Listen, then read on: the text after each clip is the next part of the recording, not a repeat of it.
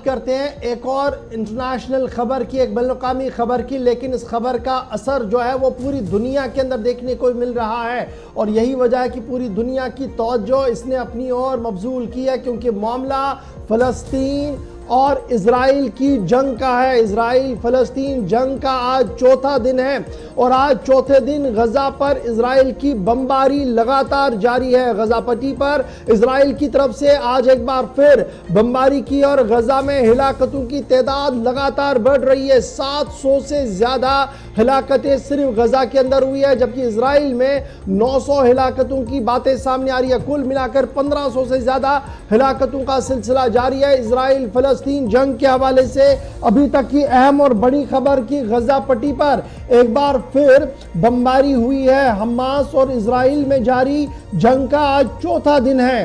اور دونوں جانب سے سینکڑوں ہلاکتوں کا دعویٰ کیا جا رہا ہے۔ اس میں سعودی عرب نے ایک بیان جاری کیا ہے کہ مملکت فلسطین عوام کے لیے، وہ ان کے جائز حقوق کے لیے ان کے ساتھ کھڑی ہے، تاہم جس طریقے کے حالات ہیں اس کو قابو میں رکھنا بہت زیادہ ضروری ہے۔ بڑی خبر فلسطین کے حوالے سے اس وقت آپ کے سامنے رکھ رہے ہیں کہ تھوڑی دیر پہلے غزہ پٹی پر ایک بار پھر زبردست بمباری کی گئی ہے، اور جس کے نتیجے میں مزید ہلاکتوں کا خدشہ بھی وہاں پر ظاہر کیا جا رہا ہے۔ اس بیچ عرب لیگ کا اہم ترین اجلاس بدوار کو منعقد ہونے جا رہا ہے۔ بڑی خبر فلسطین کے حوالے سے سامنے آ رہی ہے، جہاں پر عرب لیگ کا اہم ترین اجلاس بدوار کو طلب کیا گیا ہے، اور بدوار کو عرب لیگ کے اجلاس کے اندر غزہ اور فلسطین کے اندر جو صورتحال بن رہی ہے اور اسرائیل کے ساتھ جس طریقے کے حالات بن رہے ہیں اس پر تبادلہ خیال کرنے کے لیے میٹنگ طلب کی گئی ہے۔ عرب لیگ کا اہم ترین اجلاس اور عرب فارن منسٹر یعنی وزرائے خارجہ جو عرب ممالکوں کے ہیں، ان کا اہم ترین اجلاس کل منعقد ہونے جا رہا ہے۔ غزہ پٹی پر مسلسل بمباری اور نتن یاہو کا بڑا بیان بھی سامنے آیا ہے، اور نتن یاہو نے باضابطہ طور پر جنگ کا اعلان جہاں کچھ دن پہلے ہی کر دیا تھا، وہیں پر غزہ پر بجلی، پانی اور ساتھ ساتھ جو ضروری لوازمات جا رہی تھی، سپلائی جا رہی تھی، انہیں بھی روکنے کا فیصلہ لے لیا ہے، اور باضابطہ طور پر ان کے دفتر سے یہ بیان جاری کر دیا گیا ہے۔ ادھر سعودی حکومت بھی متحرک ہوتی ہوئی نظر آ رہی ہے، اور سعودی حکومت کے ولی عہد نے کل باضابطہ طور پر فلسطین کے صدر محمود عباس کے ساتھ فون پر رابطہ کیا ہے، اور اطلاعات کے مطابق 30 منٹ تک آپس میں گفتگو ہوئی ہے، جس میں فلسطینی صدر محمود عباس نے عرب دنیا پر اس وقت جو مشکل ترین وقت سے گزر رہا ہے لیکن جو ذمہ داریاں ہیں اسے پوری کرنے کے لیے بھی درخواست کی ہے۔ وہیں پر شہزادہ سلمان کی طرف سے یہ ایشور کیا گیا کہ اسرائیل کے ساتھ تمام تعلقات کو فی الحال روک دیا جائے گا،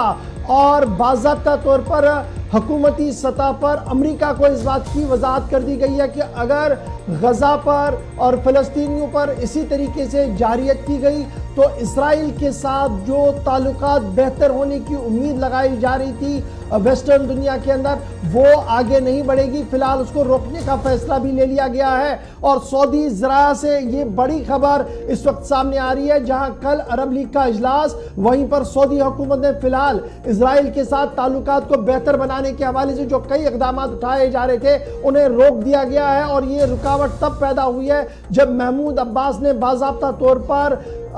شہزادہ سلمان کے ساتھ فون پر رابطہ کر کے تمام تر تفصیلات سے آگاہ کیا ہے۔ ادھر اکنامیکل بلاکیڈ فلسطین پر شروع ہو گیا ہے۔ بڑی خبر فلسطین کے حوالے سے سامنے کی اکنامیکل بلاکیڈ بھی شروع ہو گیا ہے، اور ہمارے ذرائع کے مطابق یورپین یونین، جرمنی، آسٹریلیا اور دیگر ملکوں نے تمام تر ایڈ جو فلسطین کو دی جا رہی تھی اسے روکنے کا اعلان کر دیا ہے۔ اکنامیکل بلاکیڈ ایک طرف سے غزہ کے آس پاس کی صورتحال کیا کچھ ہے تصویروں سے آپ دیکھ پا رہے ہیں، لیکن وہیں دوسری طرف سے یورپین یونین، جرمنی، آسٹریلیا نے باضابطہ طور پر جو مالی معاونت فلسطین کو جا رہی تھی، ادویات جا رہی تھی، اسے روکنے کا فیصلہ لے لیا ہے، اور یہ بھی صاف کر دیا گیا ہے کہ نیشنل اسلامک بینک جو غزہ کے اندر ہے اسے تھوڑی دیر پہلے بمباری کے ذریعے سے اڑا دیا گیا ہے، یعنی معیشت کو تباہ کرنے کی فلسطین کے اندر بھرپور کوششیں کی جا رہی ہے۔ اسرائیل کی طرف سے نیشنل اسلامک بینک جو غزہ سٹرپ کے اندر ہے، غزہ پٹی کے اندر ہے،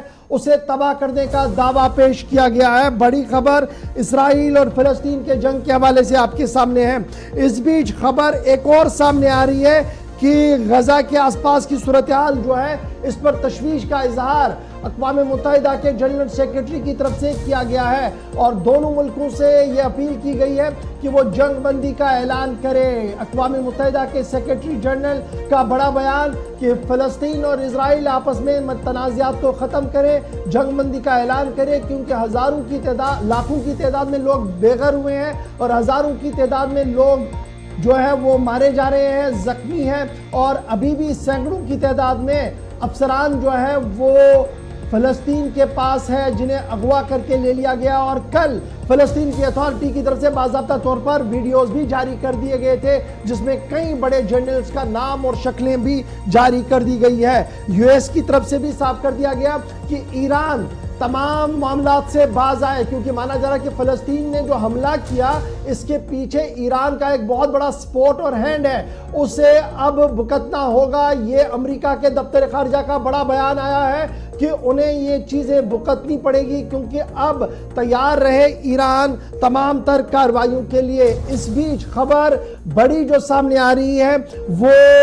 اس وقت فلسطین اور اسرائیل سے سامنے آ رہی ہے کہ میجر انٹرنیشنل ایئر لائنز جو ہے، جتنی بھی ایئر لائنز، کل ہم نے آپ کو کہا تھا کہ صرف بھارت کی ایئر لائنز نے فیصلہ لیا، لیکن اب جو خبر سامنے آ رہی ہے کہ پوری ایئر لائنز جو ہے وہ سسپینڈ کر دی گئی ہے۔ پورے فریم پر ذرا یہ تصویریں چلائیے کہ رات کس طریقے سے فلسطین اور اسرائیل کے اندر بیتی ہے، کس طریقے سے سائرن کی آواز سے پورے شہر جو وہ گونج رہے رات کو۔ اور اس بیچ خبر یہ بھی ہے کہ الجزیرہ ٹی وی چینل کے ساتھ کام کرنے والے ایک اور صحافی بھی مارے گئے ہیں بم حملے کے اندر، یعنی جو کل غزہ پٹی کے آس پاس حملہ ہوا اس میں ایک اور صحافی مارا گیا ہے۔ تصویریں کافی زیادہ اس وقت جو ہے وہ سوشل میڈیا پر گشت کر رہی ہے۔ انٹرنیشنل ایئر لائنز نے تمام اسرائیل اور فلسطین کے لیے فی الحال تمام تر اپنی سروسز بند کر دی ہے، اور ایویشن محکمے کو ایڈوائزری جاری کر دی گئی ہے کہ اگر آپ نے اس خطے کے اوپر سے چلنا ہے تو آپ کا جہاز کا ایندھن بہت زیادہ ہونا چاہیے، کیونکہ ڈیلے بھی ہو سکتا ہے گھنٹوں کا، جس طریقے کی صورتحال بن رہی ہے۔ دوسری طرف سے حماس نے متنبہ کیا ہے کہ اگر غزہ پر بمباری نہ رکی تو قیدی جو ان کے پاس ہے، جو پہلے ہی حماس کی جانب سے انہیں حراست میں لیا گیا تھا، چاہے ان میں سے کچھ اسرائیلی فوجی ہیں یا اسرائیلی باشندے ہیں، انہیں مار دیں گے، حماس کی جانب سے کہا گیا ہے۔ اور ساتھ ہی بھی کہا گیا ہے حماس نے مذاکرات کے لیے بھی تیاری پر آمادگی کا اظہار کیا جا رہا ہے حماس کی جانب سے، کیونکہ پہلے ہی جس طرح سے قطر اور ترکیہ کی جانب سے ثالثی پیش کرنے کے حوالے سے بات کی گئی ہے کہ دونوں کے درمیان جو کشیدگیاں ہیں اسرائیل اور فلسطین کے درمیان، اس پر قابو پانے کے لیے، اس کشیدگی کو ختم کرنے کے لیے دونوں ممالک، اس کے ساتھ ہی کچھ اور ممالک بھی آئے ہیں تاکہ اس کشیدگی کو ختم کیا جائے۔ اور ساتھ ہی جہاں پر اسرائیلی وزیر اعظم بنجامن نیتن یاہو، اس کے ساتھ ہی ان کے جو فوج IDF کے سربراہ ہے، ان کی جانب سے باضابطہ طور پر کل میٹنگ کے بعد کہا گیا ہے کہ ہم اس کا بدلہ فلسطین اور اسرائیل سے، یہ حماس سے ضرور لیں گے، اور اس کے ساتھ ہی فوجیوں کو یہ ہدایت دی گئی ہے کہ پوری طرح سے جہاں بھی ہوگا اسے اس